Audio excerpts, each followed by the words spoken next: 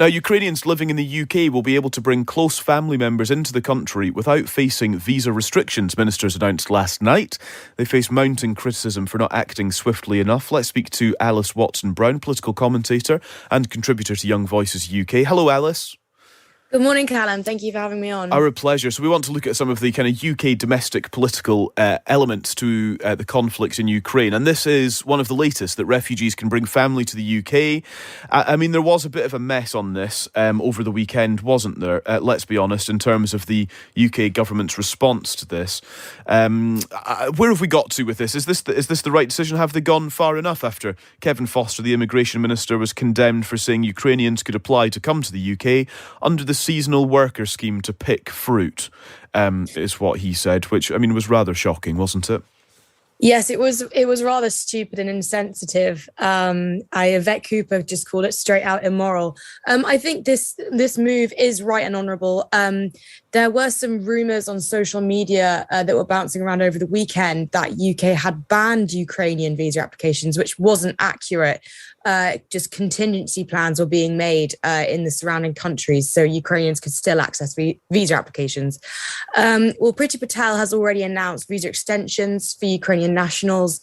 I think it's a very positive thing that people's relatives can come over without visa restrictions. It's a symbolic move with Ukraine.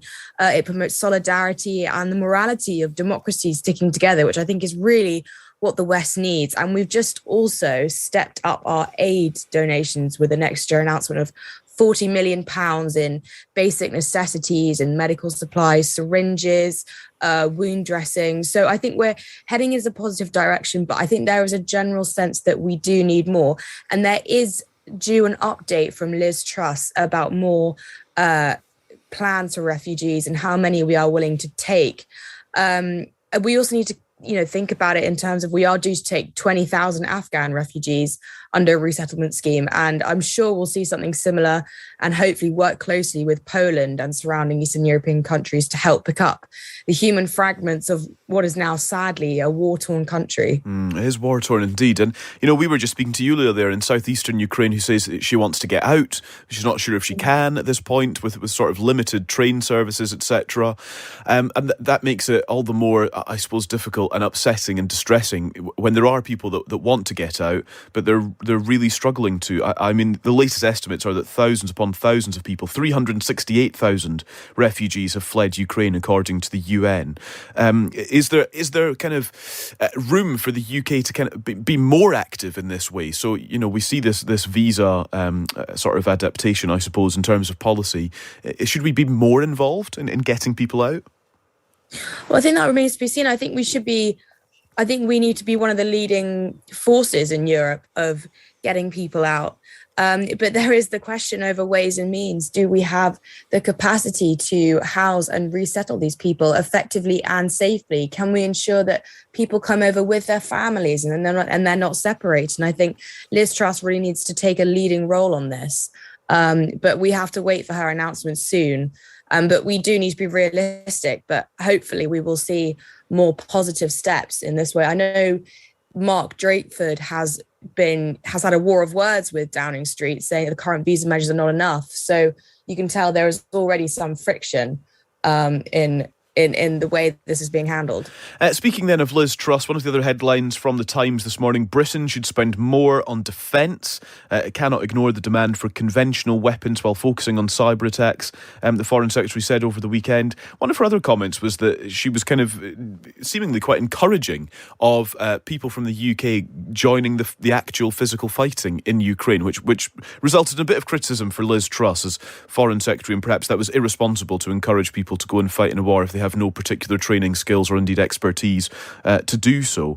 So she's kind of saying that. She's saying an increase in defence spending as well. In terms of what the Foreign Secretary's had to say over the weekend, where do you stand? Well, if you look at the percentage of GDP that Britain has on defence, but it's historically quite low. I mean, in the Boer War, it was around 6% of our GDP, and now it's around 2.5%. And there have been sweeping cuts over the past years. And the National Audit Office issued a report which warned that the resources couldn't match the ambitions of the Ministry of Defence. And I think Liz Truss does sort of seem to be painting herself as the woman of the hour. You know, she wants to increase defence spending. She encouraged British people to fight in Ukraine. I do agree with you, you know, is that a sensible comment? But I mean, if you look at, you know, the people of Ukraine are fighting regardless of their training. And I think a lot, you know, I suppose, maybe not encourage people, but, you know, don't rule it out, I suppose, if people want to go. But I think aside from actually declaring outright war with Russia, she seems to want Britain to be taken as a serious military force on the international scene. And I think the good thing is now that even if we doubled our spending, it still wouldn't be a significant proportion of our GDP. And I think Ukraine has been a stark reminder that, contrary to what Boris Johnson said last year when Britain started shifting away from traditional big tank spending, you know, war is still real and it still hurts people. And if we want to show ourselves as a leading military power, then we should increase it. If we want to play any kind of significant role, we need to stand up to scrutiny. And I think it's clear that aside from the sanctions, I think the West overall need to be doing more than just chucking Russia out of Eurovision. And that can start with improving our own military arsenals. Alys, thank you very much. Thanks for your thoughts this morning on those UK political elements to all of this. That's Alys Watson Brown, political commentator and contributor to Young Voices UK.